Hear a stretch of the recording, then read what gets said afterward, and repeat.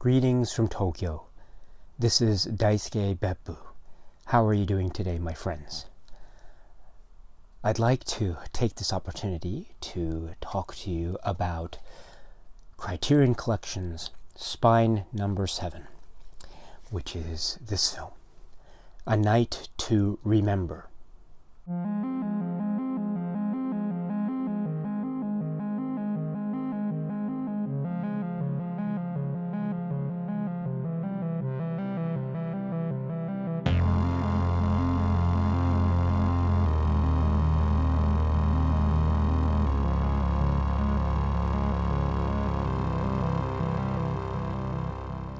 Released in 1958, this is a film directed by Roy Ward Baker, and this is in black and white, and it's a film that is in English. It is about the sinking of the famous ship, the Titanic, which took place in April 1912. So this film goes through basically the assembly of certain characters that we will know on the ship as they get on the ship and the ship is underway, and we see both passengers and crew. And then on the fateful night in April 1912, the ship hits an iceberg due to a certain set of circumstances, and from there the ship begins to sink, and the film depicts this very harrowing and quite tragic event.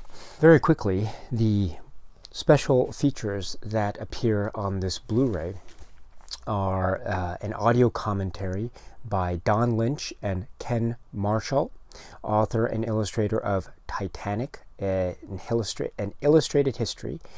There's also the making of A Night to Remember, a 60-minute documentary, and also there is an archival interview with Titanic survivor Eva Hart. En Natt att minnas, a half-hour Swedish documentary featuring interviews with Titanic survivors. The Iceberg That Sank the Titanic, a 50-minute BBC documentary, and a trailer. Okay, so what I will do is I will now talk about the film in certain detail. So if you want to watch the film first and come back to this video later, by all means, please do so. I don't want to give any plot details away prior to your seeing the film. I don't think that would be very good of me to do so. So please feel free to stop the video and come back anytime. Really, where to begin with this film except to say that it's quite an epic film, because it's depicting this grand, memorable, and quite harrowing moment of history in a way that is very detailed, and yet it respects the scale of the magnitude of this situation. Of course, the physical dimensions, of course, are well represented with respect to the ship and the people that are involved in the actual mechanics and the physics that took place with respect to the sinking of the ship.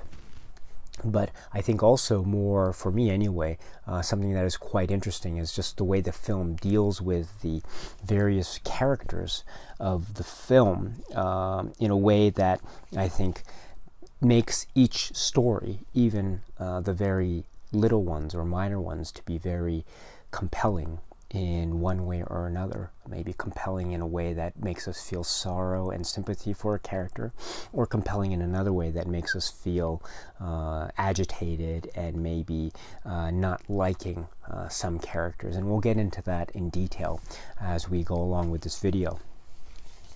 So the film takes a very interesting approach, right? Because it makes the second officer, Charles Lightoller, to be the lead of the film, played by Kenneth More.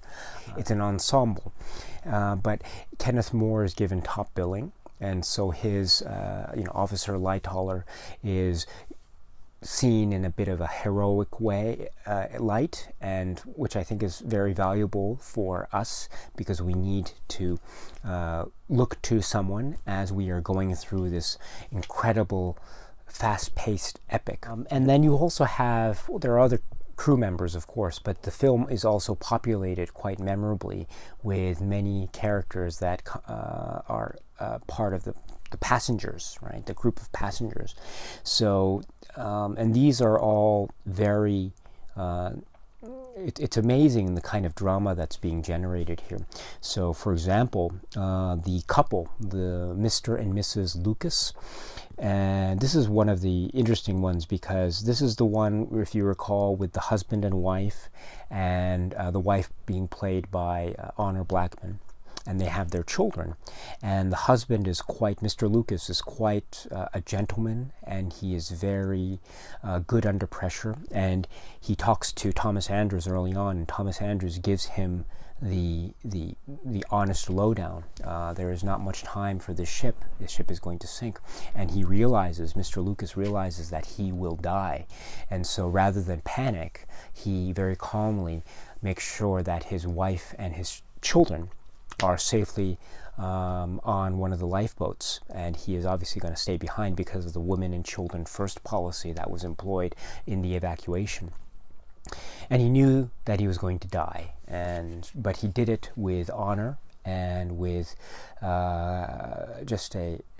he didn't panic. And so it's one of those really sad stories of this film, A Night to Remember. You know, the story of the Lucases. There's also the gambler, Mr. Yates, and he's the gambler. He's trying to get as much money as he can from all these first-class passengers who are very rich, and I think he's doing quite well. But then, of course, the situation is such that the ship is going to sink. And remember, he's the one who writes a letter to his sister and gives it to one of the ladies who's going to board a lifeboat, and he says, please make sure you mail this.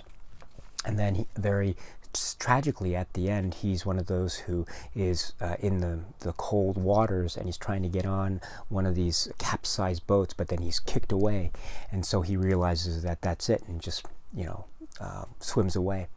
And despite the light hauler trying to call him back, he just swims away, and we assume he's going to die. So that's Yates. But apparently, according to Titanic history, is my understanding actually that Yates was in fact not on board the Titanic, and in fact the letter, there's the letter in question. I think it was actually a letter that was allegedly written to his mother, and it was written in a way that would suggest that Yates was on board and that this was his final letter to his loved one, but that in fact he was not on the boat at all. And I think history would later show that he was just like a con artist, and he was just pretending to have been on the boat in order to fake his death, I think. But it's a really interesting story. Anyway, Yates, the gambler, probably his story as depicted in the film is more dramatic and more sympathetic than perhaps the real life example. Anyway.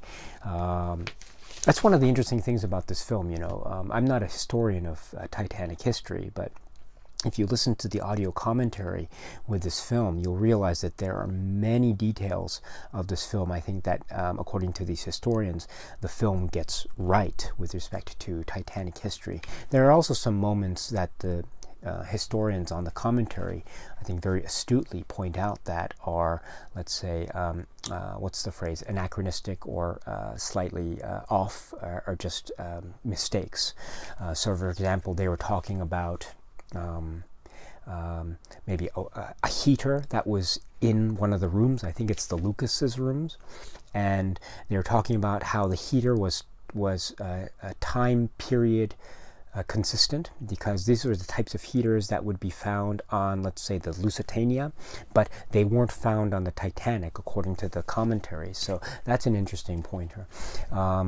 They also bring up early scenes of ladies eating lunch on the Titanic, and they're wearing their hats and their beautiful dresses. So the commentators on the commentary were very astutely questioning whether it was indeed historically accurate to have these women wearing hats. Did they really wear hats when they were eating luncheon on the Titanic? I mean, that's an interesting detail that I would never think of unless it were brought up to me. And so that's just an example of why the commentary, I think, is very useful for someone like myself who is not necessarily a student of Titanic history. And so it gets an A, I think. It's one of the great commentaries of the Criterion collection. I would say, well, should I bring this up? I think there are a couple of minor things with the commentary, though, that I don't quite understand, or maybe they are mistakes, but they're just minor concerns. Should I bring them up now? So, for example, when the commentators on the commentary talk about Major Arthur Puchin, Major Arthur Puchin, during the evacuation, I think it's lifeboat number 6, and as the lifeboat is being lowered, Molly Brown, the unsinkable Molly Brown, is on there, and she says that they need another seaman because they are short one man, and so a light hauler asks anyone on the deck who has seaman's experience, and Arthur Puchin comes and he says that he was a yachtsman, and so if you recall, he then basically climbs down the rope in a very dangerous stunt to the lifeboat, which is still in midair. So he's climbing down the rope, which is a very interesting thing. They say something rather interesting, and this is for your information in the 1 hour 15 minute mark.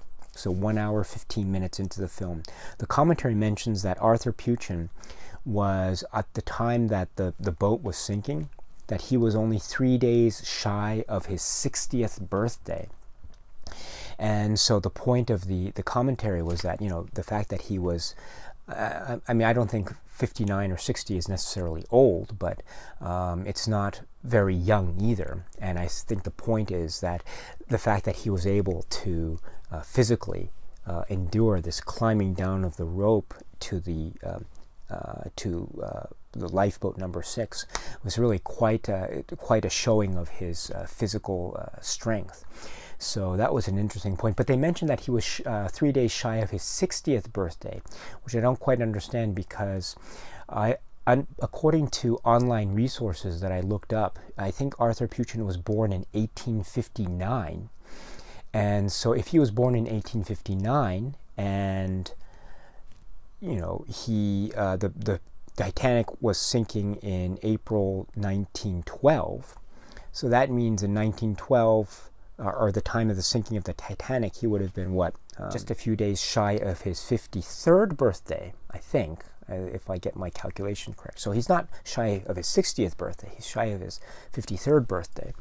So I don't quite understand why the commentary mentions him as being shy of 60 years, but I guess that's just a minor detail.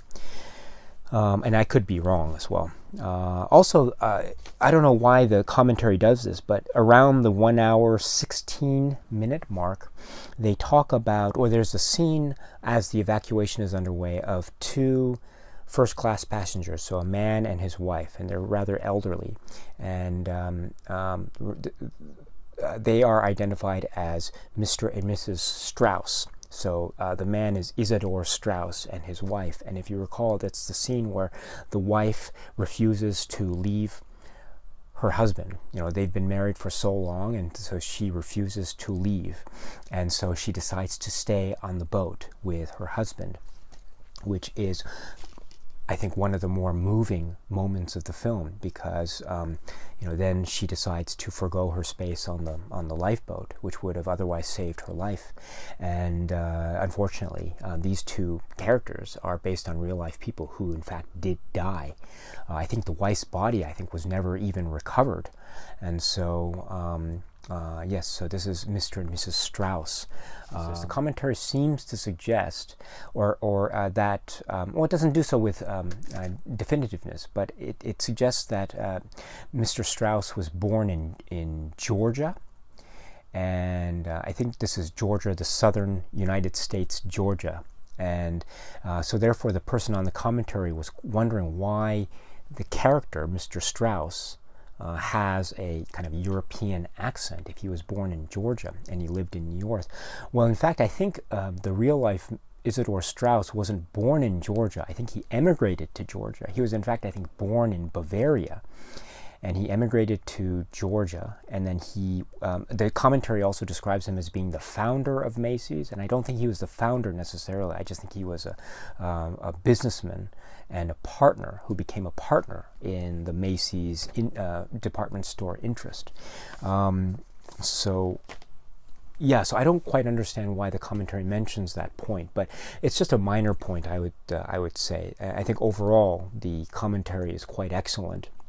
And it does bring up many details that I think for someone like me who can watch it a second time or third time, I can learn a lot about the history of the Titanic as I'm watching this film. And so there are many, many wonderful details that the film depicts that I just wanted to show because they're really, really fascinating. So, for example, the real-life person, Edith Russell, who worked for a fashion magazine in Paris.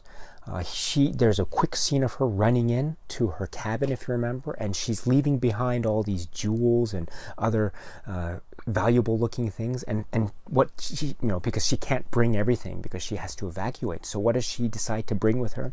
She takes out and she finds her paper mache pig, which we find later to be a music box in the shape of a pig. And so this is apparently a real life thing that actually happened. So her name was Edith Russell. And then we later see her on one of the lifeboats toward the end of the film. She's sitting next to some children, and she's actually playing the music box as the boat is drifting in the darkness. And also there is the old gentleman in first class whose name is Benjamin Guggenheim. Now, if you remember, we see him standing in front of the mirror in his first class cabin, and as he's looking at how the life jacket looks on him. So you get the sense from this shot that he's a bit of a superficial man and maybe a stupid man because he's thinking about superficial things in a time of crisis and emergency, how he looks. But then later we see him walking, I think, in the smoking room or maybe the hall of the ship as everyone is evacuating, and he doesn't insist on going up to the deck to get into one of the lifeboats. No, he wants to make sure that his wife knew that he died with dignity and honor. So in fact, he wasn't superficial at all, but he was in fact making sure that he looked the part and that he wanted to be sure that it was known that he wasn't panicking, but that he was to the end a gentleman, which is one of those. Wow, what a story. What a story that is. And again, Benjamin Guggenheim is a real life person who died on the Titanic. One thing I should mention about the Criterion Collection Blu-ray release of this is that it has a wonderful interview with one of the survivors, whose name is Eva Hart.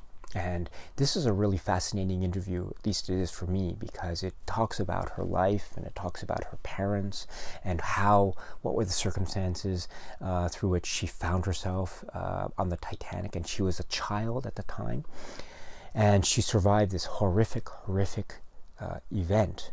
And she was during the interview, she's very critical of the fact that there weren't enough lifeboats.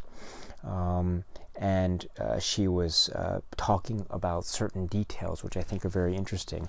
Two things I think she mentioned which I think are worth mentioning here is that the first thing is she mentioned about the boat, and as it turned and was about to descend beneath the water, she mentions that it actually breaks, right? So the boat goes like this, and due to the weight of the section that is still above water, it breaks, and then the remaining half then sinks on its own, right? So the film, I think, doesn't depict that break. It just depicts the ship going like this and then sinking. Whereas she mentions the fact that the ship breaks and goes down. So that's an interesting fact, and I think it's That's something that is depicted in the James Cameron film Titanic. But the other thing that Ms. Hart mentions in the interview is that she was talking about the song or the piece of music that is heard being played by the musicians at the end, and it's the song called "Nearer, My God, to Thee."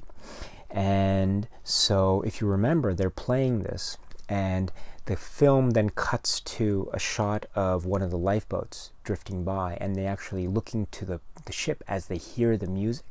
When she says that when she was in one of the lifeboats, she remembers hearing "Nearer, My God, to Thee" being played, and in fact she didn't recall that memory until much later after the fact, when she was in church, and then she heard that hymn, and it just brought back that memory quite forcefully. And so she therefore claims as a witness that in fact this was played, or at least she heard it. And in fact the film so memorably shows us the lifeboat and the women as they're hearing it. So we can assume that perhaps Ms. Eva Hart was amongst one of those on the lifeboat, or maybe somewhere else nearby, that was listening to this. It is a top-notch human drama on an epic scale, but even though it goes for the big notes, it goes for the grand notes, it never ever forgets the importance of intimate human drama. And so every character is very important, and every character is one that we